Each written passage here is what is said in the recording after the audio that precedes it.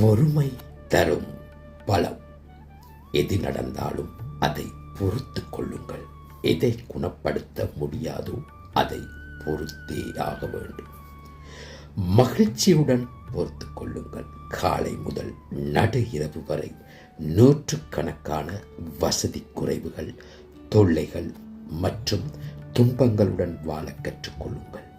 பொறுமை, உள்பலம் மற்றும் இச்சா சக்தி உங்களிடம் அதிகரிக்கும். பிரதிகூலமானதை அனுகூலமானதாக நீங்கள் மாற்றி அமைப்பீர்கள். ஒருவரது அடிப்படை தேவைகளுக்கு கூட மற்றவரை அண்டி இருப்பது ஒருவரது அமைதியை இழப்பதற்கான முக்கியமான காரணமாகும்.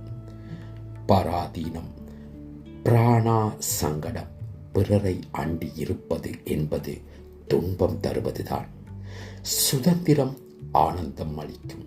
எனவே தன் காலில் நிற்க முயலுங்கள். முடிந்த மட்டும் முயலுங்கள். எமது யூடியூப் சேனலான வாய்ஸ் ஆஃப் காட் சேனலை பார்வையிட்டு எமது சேனலை சப்ஸ்கிரைப்